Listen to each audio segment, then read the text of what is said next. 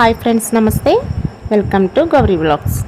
ఈరోజు మీకు టేస్టీగా సూపర్గా అంటే చాలా బాగుండేటట్టు పీతల పులుసు చేసి ఈరోజు వీడియోలో చూపించబోతున్నానండి. ఈ పీతల పులుసుని చాలామంది పీతలు అంటే ఇష్టంగా తినరు, కానీ ఇలా కనుక చేశారంటే గ్రేవీ అయినా సరే ఫ్లేవర్ అయినా సరే చాలా బాగుంటుంది. ఇలాగా నా స్టైల్లో ఒకసారి పీతల పులుసుని చేసి మీ ఇంట్లో వాళ్ళకి చేసి పెట్టండి. చాలా బాగా తినేస్తారు. దానికి ముందుగా కావలసినవి చింతపండు, పెద్ద సైజు నిమ్మకాయ సైజు అంత చింతపండుని తీసుకుని నానబెట్టుకుందాం.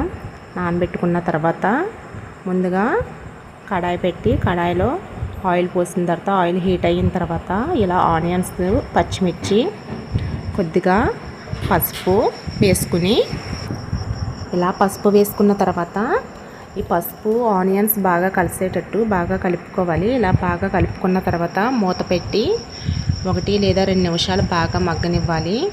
ఆనియన్స్ బాగా మగ్గిన తర్వాత సన్నగా కట్ చేసుకున్న టమాటోలను 2 తీసుకుని సన్నగా కట్ చేసుకున్న తర్వాత ఇందులో వేసుకోవాలి. ఇందులో వేసుకుని ఇవి కూడా ఆనియన్స్లో బాగా కలిసిపోయేటంత వరకు బాగా మగ్గనివ్వాలి.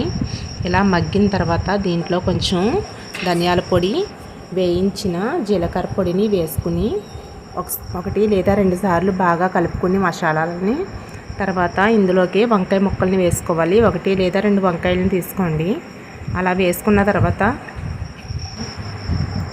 ఇలా వంకాయ ముక్కలు వేసుకున్న తర్వాత వంకాయ ముక్కల్లోకి కొంచెం సాల్ట్ ఉంటే వేసుకోండి. నేనైతే ఉప్పుని వేసుకున్నాను. ఇలా వేసుకుని బాగా కలుపుకోవాలి. ఇవి కూడా బాగా మగ్గనివ్వాలండి. మూత పెట్టి 2-3 నిమిషాలు మగ్గనిచ్చిన తర్వాత ఈ వంకాయ ముక్కలు అనేవి కూడా బాగా మగ్గిపోయాయి. ఇందులోకే మనం పీతలు తెచ్చుకున్నాం కదండి, పీతలు అనేవి తీసుకున్న తర్వాత కాళ్ళు గట్టా సపరేట్ మనం తీసుకున్న పీతల్ని పసుపు, ఉప్పు వేసి కొంచెం బాగా శుభ్రపరచుకోవాలండి. ముందుగానే అలా శుభ్రపరచుకున్న పీతల్ని మనం ఇప్పుడు ఈ కర్రీలో వేసుకుందాం. ఈ కర్రీలో ఇలా పీతలన్నీ కూడా వేసిన తర్వాత మరొక కొంచెం ఉప్పు అనేది వేస్తున్నాను. నేను తీసుకున్న క్వాంటిటీకి ఇలా 2 స్పూన్స్ ఉప్పు అనేది పడుతుంది. అందుకనేసి నేను 2 స్పూన్స్ ఉప్పును వేసుకున్నాను. ఆ తర్వాత ఈ పీతలు కూడా కొంచెం మగ్గిన తర్వాత ఇందులోకి కాస్తంత గరం మసాలాను 1 స్పూన్ వరకు గరం మసాలాను తీసుకుంటున్నాను. ఈ గరం మసాలా ఇందులో వేయడం వల్ల ఈ కర్రీలోని పీతలకి ఇలాగా బాగా పట్టి కారం, ఉప్పు మనం వేసుకున్న మసాలాలు అన్నీ పట్టి ఫ్లేవర్ అనేది చాలా బాగుంటుంది. నేను ఇప్పుడు రెడ్ చిల్లీ పౌడర్ని వేసుకుంటున్నానండి. ఈ రెడ్ చిల్లీ పౌడర్ అనేది 2 స్పూన్స్ వరకు పట్టింది. ఇలా ఓసారి కలుపుకున్న తర్వాత ఇందులోనే తగినన్ని నీళ్ళు పోసుకోవాలండి. తగినన్ని నీళ్ళు పోసుకున్న తర్వాత దీన్ని 2-3 నిమిషాల వరకు హై ఫ్లేమ్లో బాగా ఉడకనివ్వాలి. బాగా ఉడకనిచ్చిన తర్వాత ఇలా మూత పెట్టి హై ఫ్లేమ్లో ఒక 2-3 నిమిషాలు ఉడకనిచ్చిన తర్వాత ఇందులోకి మనం ముందుగా తీసుకున్నాం కదండి, చింతపండు నానబెట్టుకున్నాం కదా, గుజ్జు తీసి పెట్టుకున్నాను నేను. ఆ గుజ్జుని ఇలా పోసుకోవాలి. ఇలా పోసుకున్న తర్వాత మనం వేసుకున్న వాటరు, కారాలు, ఈ చింతపండు గుజ్జు అంతా పట్టి మళ్ళీ కాసేపు ఉడికేంత వరకు కూడా ఇలాగా బాగా ఉంచాలి. ఇలా బాగా ఉడికిన తర్వాత కొంచెం కసూరి మేతిని వేసుకుంటున్నానండి. ఇలా నలుపుకొని ఇలా కసూరి మేతిని వేసుకున్న తర్వాత మరి కాస్త కొత్తిమీరని వేసుకుంటున్నాను.